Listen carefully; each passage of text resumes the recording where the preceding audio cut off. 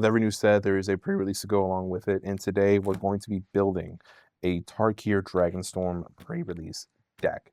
A little bit of disclaimer here. I don't have those special clan pack pre-release thingamadoodles, so we're just going to do a regular 6 play boosters, but the concept is still the same. You're going to use that special clan pack and build around it just like you do with this pack, so approach it the same way that I am approaching it. I just won't have a definite direction to go in for clan stuff. Although I don't even know. Could you even like open a Sultai one and then end up in Mardu? Because your other 5 packs are just so much better than your Sultai pack. I don't know if that's possible. I haven't done too much research on it, but you know what? For now, we're going to run this. So first things first, what I do with every single pre-release, I just take my packs and I separate them out. You know, you want to know where your colors lie, where your big hits are going to be, and stuff like that. So white, red, black, green, blue. It's almost perfect. Look at that. And then, multicolor down here. And then you just keep putting them. We got the Sultai guy. Ooh. Okay. Okay. Dragonologist. Cool. I'm not supposed to be reading these. Follow my own rules. Come on. Land, token. Follow my own rules. See, I'm already failing miserably. I'm not listening to myself. I don't like how often it's doing the just down the row. Is that a thing? Do you get like the same 5 in a row? Or is that just like happenstance that I've done it twice in a row now? I'm actually unsure. Let me know in the comments. Is that a thing? Is that a thing that I'm unaware of? See, now it didn't do it. I just broke my own wonder or worry. We have another, I think that's the second teamer. 3 or 2 tap or tri-lands. Okay, that's good notes. We're hitting, I think we're hitting some pretty solid cards right now. I'm not really looking at them in depth, but just like making note of what we're hitting. We could go in various directions. I think it's probably the purpose of the clan packs is to give you the direction you should go in, hopefully.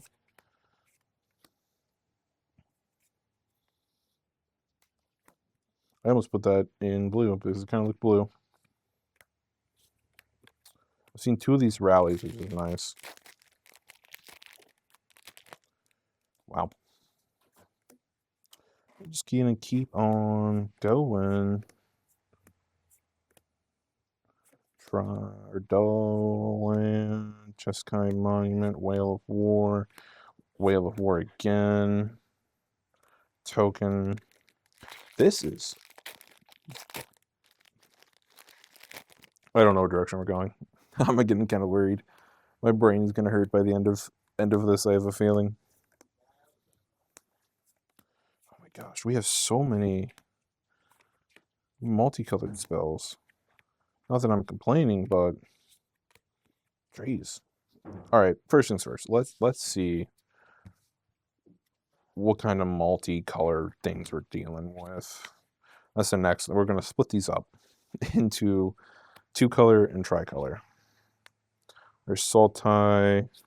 There's Jeskai. Do we have 1 of each? 2 Mardu.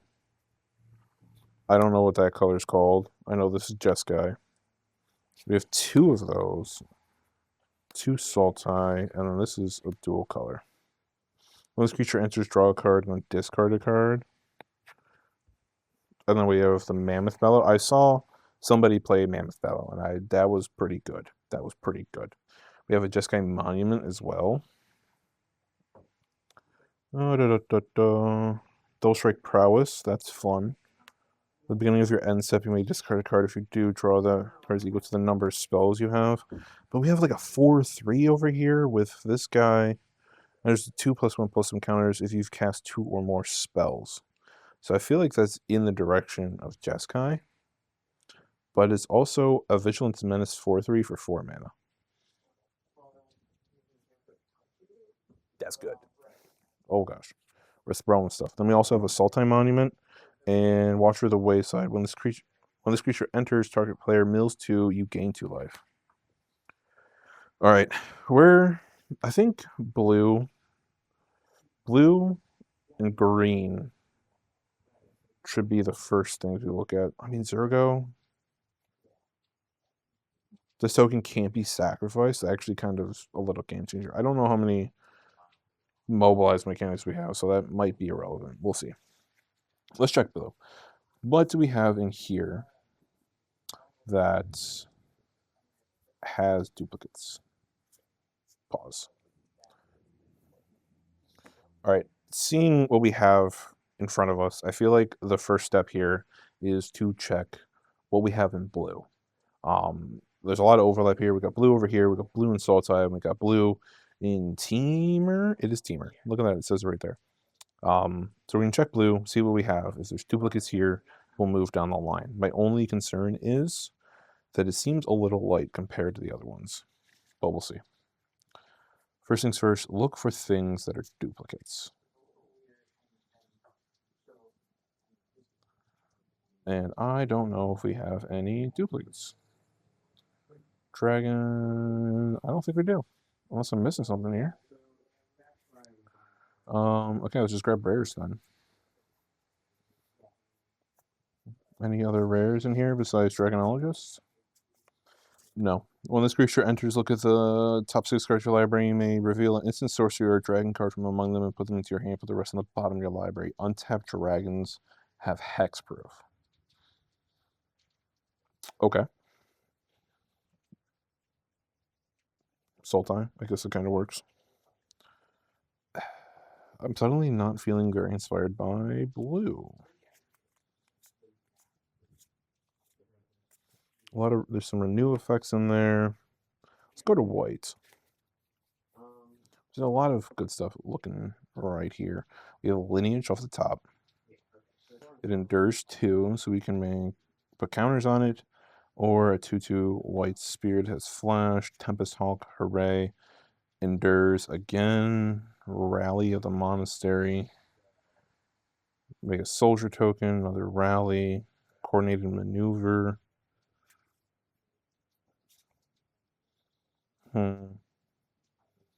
Exhale. I've seen a lot of instances in this color. Flurry. There's a teamer Dragonstorm, or teaming Dragonstorm. Detainment. And then we have a Mardu filter. That's not super inspiring right off the bat. Summit Intimidator. Let's look at red. We have 2 of those. When this creature enters, target creature you can't block. 4/3/4. Has reach. Flurry. Another Dragonstorm. Enters, exile cards from the top of your library until you exile a non-land card. You may cast it without paying its mana cost if you 8 or less. So you're always casting that probably. So I don't think there's anything over 8 in the set. Wild Ride, 1 mana. Jeskai, Light. Man, I definitely see why they put together clans, because it gives you a direction to build in. I have so many directions I can go in, and I have decision paralysis right now. I'm not going to lie to you. 2 Whales of War. We have 2 aggressive negotiate.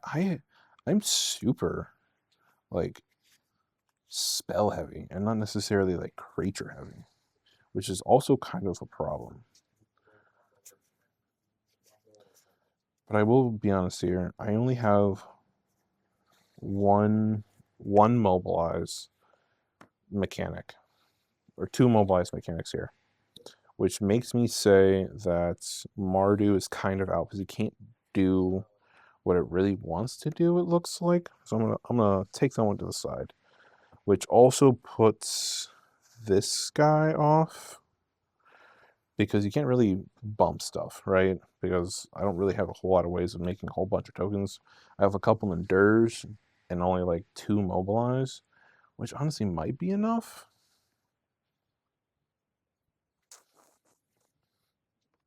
We'll see. I don't know.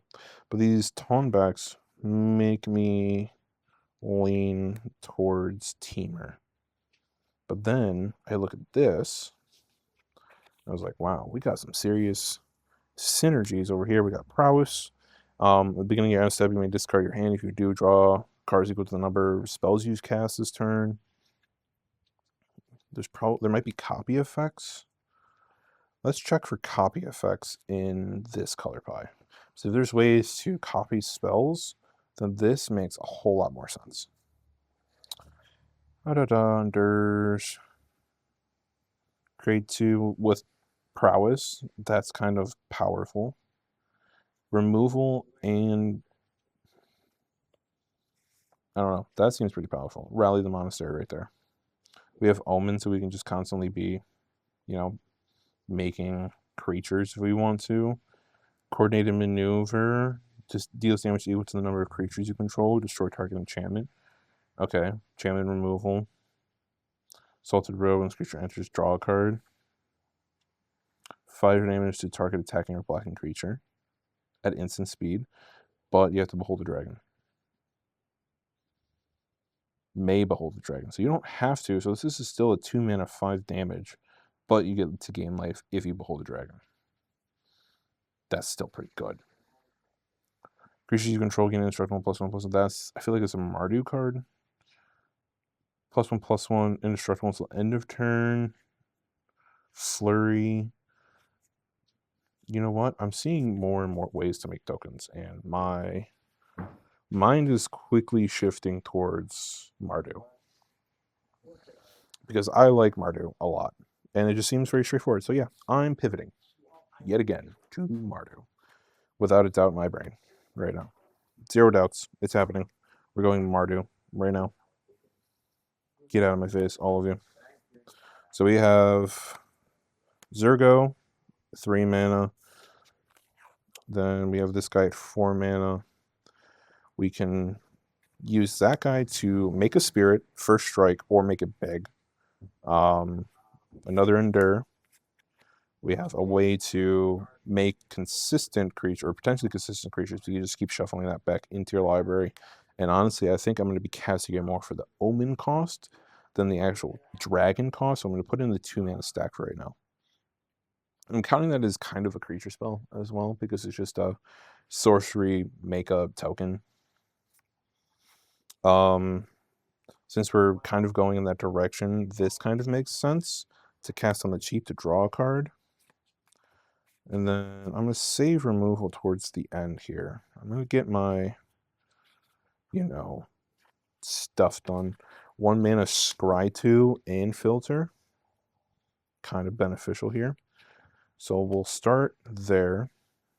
How many we got? 1, 2, 3, 4, 5, 6, 7, 8. 8 cards so far. The beginning of your end step, return this card to its owner's hand.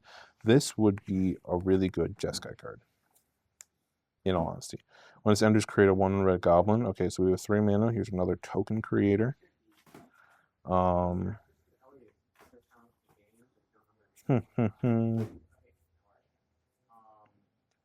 Rebuke. Jeskai card. Enters 2.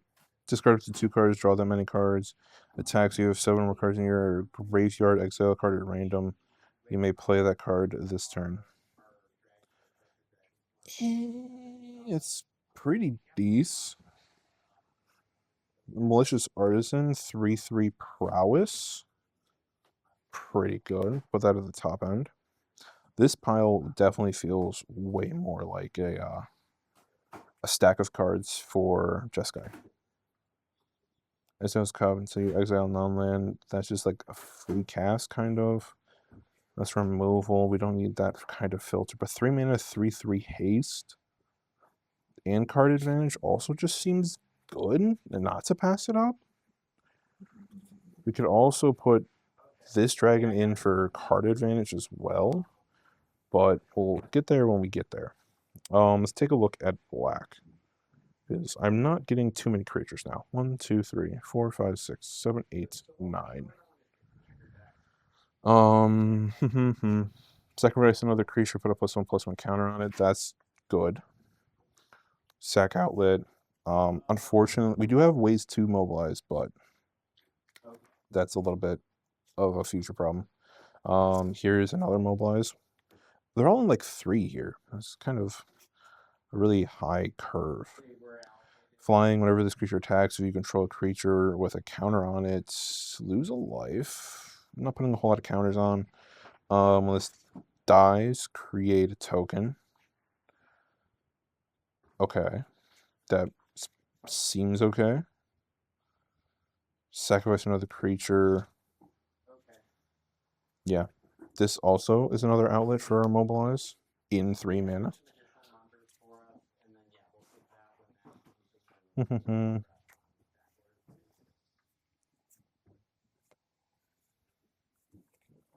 mana flyer 1/2 is also just kind of solid. So many creatures get 1, 2, 3, 4, 5, 6, 7, 8, 9, 10, 11, 12, 13, 14. Thinking about 16 creatures. Now my decision paralysis. Why isn't that in the stack or stack? 17. If we're dealing with, I feel like this would be against Teamer. We could put these Summon Intimidators in if you're dealing with Teamer with big creatures, you know? This would help prevent them from blocking so you can get some damage in still.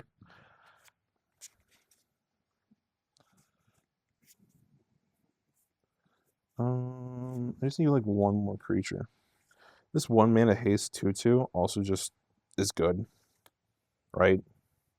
2/2 flash. I mean, yeah, you have to bounce it to your hand, but you could also pump it turn 4, turn 3, to give it a 4/2, which is also pretty good. So yeah, I think that's our creature-based setup right there. I just realized that this Stunner of Utility or Unity is not a creature, so I need 1 more. Womp womp.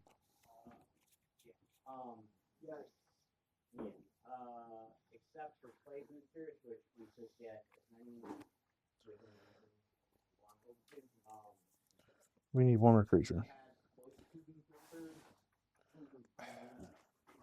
I mean, I could count this Dragonstorm too, because it's a 4 mana, create 2/2. And we do have a couple dragons inside of this, I think. Actually, you know what? I don't think we do. I think we have 1 dragon spell.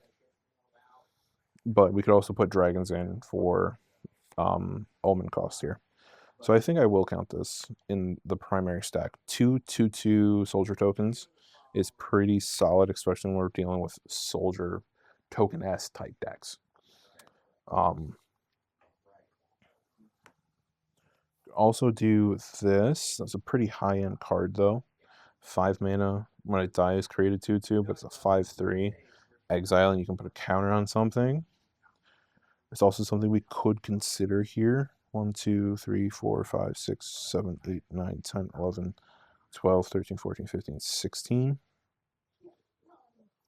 I'm not too enthused to put that in. I know it's a creature token, but that's 5 mana, and right now I'm trying to stay lower to the ground, especially because we have this huge 3 mana chunk right in the middle. So getting over that is going to be a pretty big hump when it comes to mana efficiency.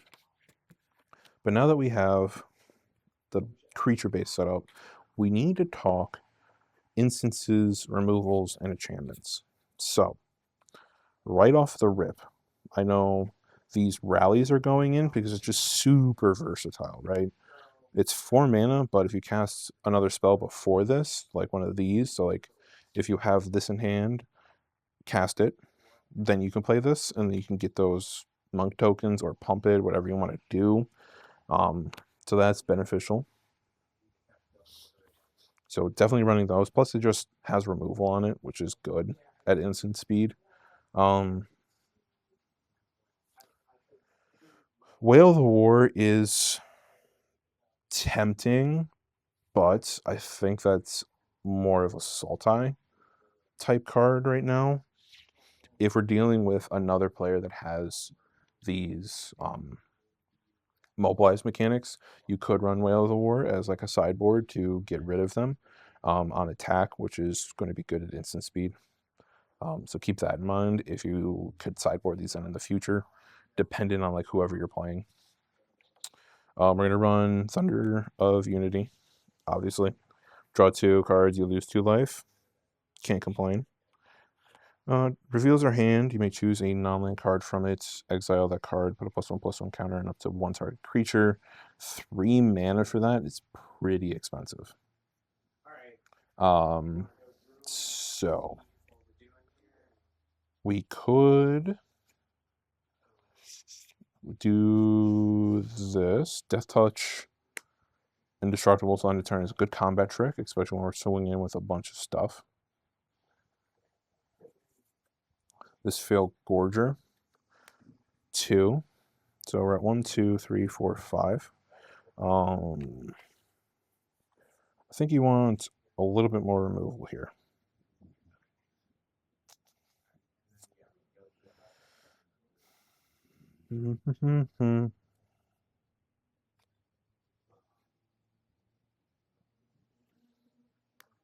Six, meaning 24. So 1, 2, 3, 4, 5, 6, which takes us up to 22, right? Yes, 22. I can do math in my head, I swear. So we have 3 instances for removal. We have a little bit of combat tricks. We got some draw and +1/+1 for 2 mana, and then at the worst we have another creature at the high end if we hit it, but I'll primarily cast that for the Omen because it's a draw card for 2 mana. Then Detainment for 3 is also pretty good. It's a little bit more of control. Then 1, 2, 3, 4, 5, 6, 7. Is there anything in red that we care about? This could be good. The only problem with it is 5 mana. And then a lot of these cards I'm just kind of like taking note. Like Wild Ride could be good as like a combat trick prior to combat, since this is at sorcery speed for 1 mana to really push off anybody from wanting to block. We could do this flash out. Discard a card if you do, draw 2 cards for Omen, so we get some more card advantage. And I'm kind of leaning towards just doing that. So having these Omens in there, because then we also have creatures at the worst. And then just being ready to sideboard things, right? So now that we have our deck set, let's talk about instances where you want to sideboard cards in. Whale of the War is going to be against other Mardu players. Or if you're a Sultai player, you put him in his main board, obviously. But if you're playing against Mardu players and they have 1 toughness, target creatures and target opponent controls, get -1, -1 until end of turn, and a lot of those mobilized cards are just going to be 1/1s. So very powerful at 3 mana. And you can also sideboard those into any deck that's playing black, right? If you're playing a Mardu player. Overwhelming Surge, deal 3 damage to target creature. If you need more removal, this is okay. 3 damage is a decent number, but 3 mana is a little expensive. Destroy target non-creature artifact. If you need artifact removal, make note of that. I don't know of too many artifacts inside of this set that need to be dealt with quickly off the top of my head, but if you do, Overwhelming Surge has you right there. Narset Rebuke, this is really a Jeskai, but if you're really in trouble, you need 5 damage to deal with something, you can always use the mana to just pay colorless or use the red or the white if you're in kind of those colors. That seems more like a desperate move for me, but it's still a possibility. Then Coordinated Maneuver. Deals damage equal to the number of creatures you control. If you're playing in Mardu, it's going to be pretty effective, especially making a bunch of counter or tokens. Destroy target enchantment, so you have enchantment removal, and then you just have straight up removal, which is a pretty good sideboard card. I'm pretty confident over here right now, but these two are kind of interchangeable, right? This just gives you the opportunity to gain some life, and I'm putting that ahead, especially when I'm dealing with this big section of 3 mana. It's going to take a lot for me to get there. And it might take me a little extra time to get online, so having that 2 extra life might come in handy. But this is also in my sideboard that I can swap those 2 out for. Beyond Death, this is another combat trick. You can play with Legacy. The only difference here is a +1/+1 counter on each creature you control, which is pretty good, but targeted indestructible. And Death Touch could also play a role, right?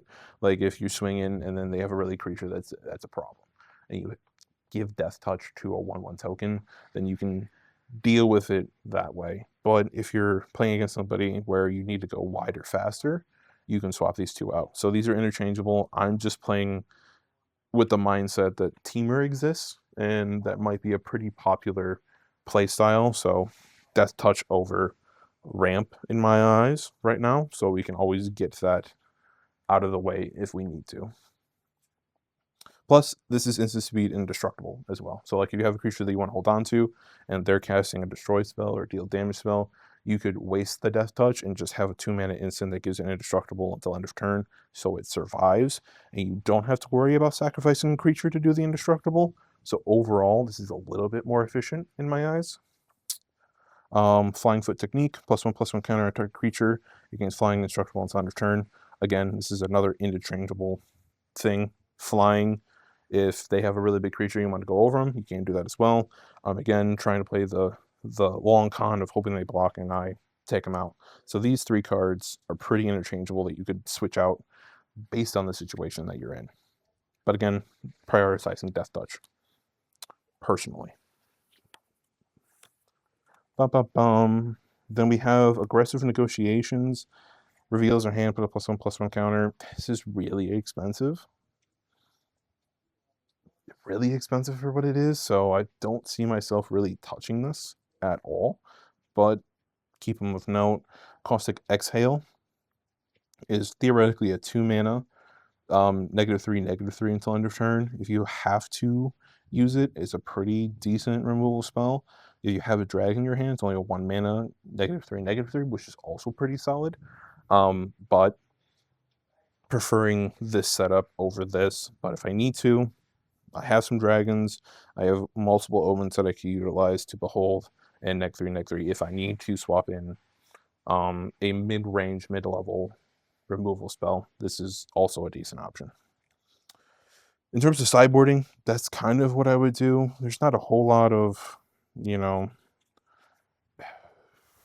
artifacts that I got. The only one that I'm really usable is this Watcher of the Wayside. This is a Sultai card. In all honesty, milling, that kind of stuff. So yeah. Quick cut in from future Aaron. I forgot to talk about lands. You could definitely just run these 2 tap lands here for some life gain, and then I would probably just split it up. So the ideal number is 17. You could run 16. I build this around 16. But drop a card, and then you can put in an extra land if you need to. The ideal number is 17. I like 16 in most cases. But in this case, I would be pretty tempted to drop a card because of this chunk right here in the middle to deal with. But there is some decent fixing here with 2 in different colors here. So we have Scorched and Bloodfell to really help with the tricolor. Unfortunately, didn't hit a tri-land in Mardu, but if you did, I would definitely run the tri-land as well. And then again, just split the lands up pretty evenly, because it's a pretty solid spread in terms of pips that you see in front of here. So there's really any need to do the math. People say you always have to do the math. I don't always do the math. I split it evenly and hope for the best, because at the end of the day, it comes down to luck in some situations in terms of whatever land you pull. But yeah, definitely be sure to fix your mana base and run 16 plus minus these 2 and split it accordingly. So 14 divided by 3, and then you just kind of pick where you want to lean towards in terms of land, because it doesn't split evenly into 3. But back to past. This is the deck that I ended up building. And this is kind of the guide and the rule path that I would follow when you go into your own pre-release. So take note of this. If there's any questions, drop them in the comment section. Other than that, I wish you guys luck in your upcoming pre-release this weekend. And without further ado, I'm gonna go get ready to film this collected booster. Catch you guys in the next one. Hey everybody, thanks for watching the stream. If you want to pick up any of the cards you just saw Aaron open, you can stop by Superscript Comics and Games, located in Lakewood, Ohio, or check us out online at superscriptohio.com. Take care.